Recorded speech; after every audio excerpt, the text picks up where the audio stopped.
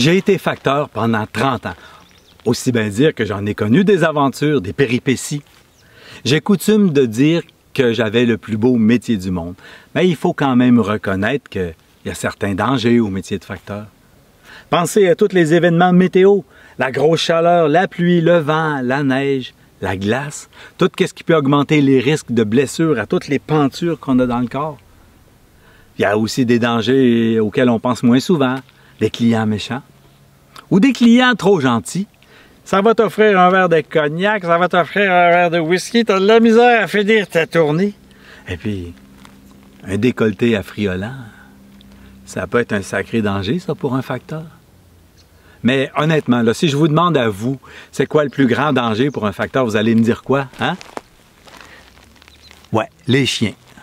Moi, j'ai déjà été obligé de baisser mes pantalons devant une cliente pour lui expliquer pourquoi j'étais en train de frapper son chien. Elle dit « Il n'a jamais mordu personne, mon bijou! » Ben, j'ai baissé mes culottes, puis j'y ai montré les traces de dents de son bijou, juste à côté des miens. Vous voyez qu'il y a des dangers évidents qui laissent aucun quiproquo. Se faire mordre par un chien, c'est pas drôle. Fait qu'aujourd'hui, moi, j'ai décidé de vous faire part de mon expérience, de vous partager ma connaissance du monde canin. Vous allez voir que mon discours va être basé sur une approche terrain et puis que mon analyse est toute en finesse.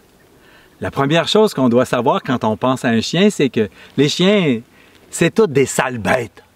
Oups, là je viens de m'apercevoir que je viens d'en perdre la moitié d'entre vous parce que vous les aimez tellement, vos chiens. C'est vrai qu'ils sont beaux, c'est vrai qu'ils sont gentils. C'est vrai qu'ils sont fins quand ils me regardent avec leurs grands yeux méchants, et puis les grandes dents, puis la bave qui leur coule sur le menton quand ils me regardent comme si j'étais un jambon. Pour pas se faire mordre par un chien, évidemment, la première chose, c'est la prévention. S'il y a un chien qui est lousse dans une entrée, s'il y a un chien qui est méchant, j'irai pas livrer le courrier. De toute façon, c'est écrit à la page 55 du guide du facteur que c'est pas nécessaire d'aller se faire dévorer pour livrer une lettre de cœur. Mais si le chien vous attaque, évidemment qu'on réagit. Ah, les dresseurs de chiens, ceux qui en font l'élevage, ils vont dire qu'il faut éviter de lever ses mains devant l'animal pour pas y montrer qu'on est dominant. Ben non, c'est ça, il faut se laisser les bras le long du corps puis se laisser manger bien tranquillement. Voyons donc. Vous êtes comme moi? Si un chien vous attaque, vous allez faire quoi? Vous allez mettre vos mains comme ça pour vous protéger? Si vous avez la chance, le bonheur d'avoir dans votre main une pile de lettres, un journal, n'importe quoi ce qui allonge votre portée, ça vous donne beaucoup plus de force pour frapper autant que vous voulez. Paf, paf, paf, sur le museau. Il y a aussi l'amour. Le chien vous attaque. Vous lui dites que vous l'aimez. Oh, qui est beau le beau chien, le beau pitou, pitou, pitou, pitou qui est en train de déchirer mon pantalon. Non! Moi, je suis pas du genre passif. Je suis un sportif. Puis pour moi, la meilleure défensive, c'est l'attaque. Au bureau de poste, ils nous donnent des petites bonbonnes de poivre en vaporisateur, du poivre de Cayenne. Ça, c'est vraiment d'une efficacité redoutable quand tu arrives à viser correctement. De toute façon, l'efficacité du poivre de Cayenne, on le voit quand la police disperse des manifestants avec du poivre de Cayenne dans des boyaux d'arrosage. Mais nous autres, là, il faut arriver à viser juste, viser l'œil de la bête. Un jour comme ça, j'étais en train de courir après un chien pour le poivrer comme il faut. Juste au moment où j'appuyais sur la gâchette, il y a eu un coup de vent. Ça m'est revenu d'en face. J'étais aveuglé, le chien m'a sauté dessus, il m'a mordu dans le visage. Regardez, j'ai une grande cicatrice ici, tout ça à cause d'une sale bête. Moi, mon arme favorite, ça reste le coup de pied. L'idéal, le plus facile, c'est quand tu arrives à mettre ton pied sur la chaîne du chien, le plus proche possible de sa mâchoire. Fait comme ça, il ne peut plus bouger. Avec ton autre jambe, tu peux fasser autant que tu veux. Pif! Bang! Bang!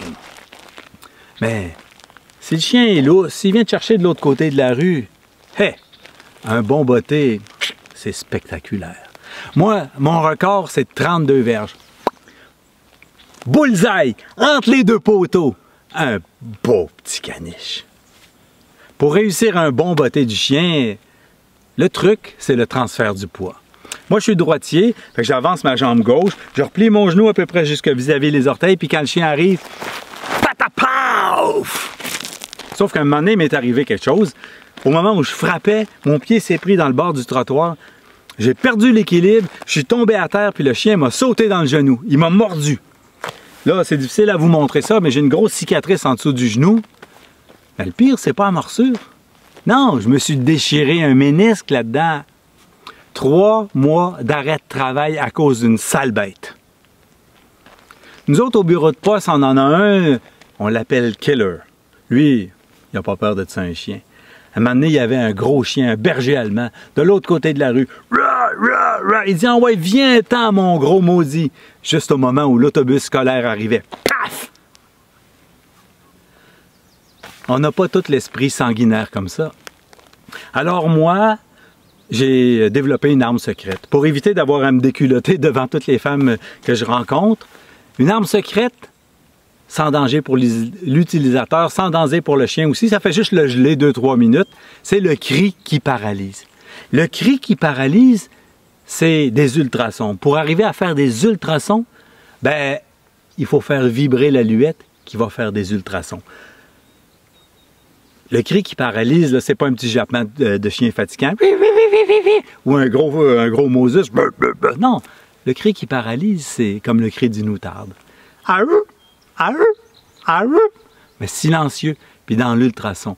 Pour arriver à faire vibrer l'aluette correctement, il faut transférer la voix de la gorge au palais mou qui va faire vibrer l'aluette. Ça a l'air facile comme ça, là. Ça prend quand même une certaine technique. Moi, j'ai trouvé un exercice fantastique pour y arriver. Ça s'appelle le yodel.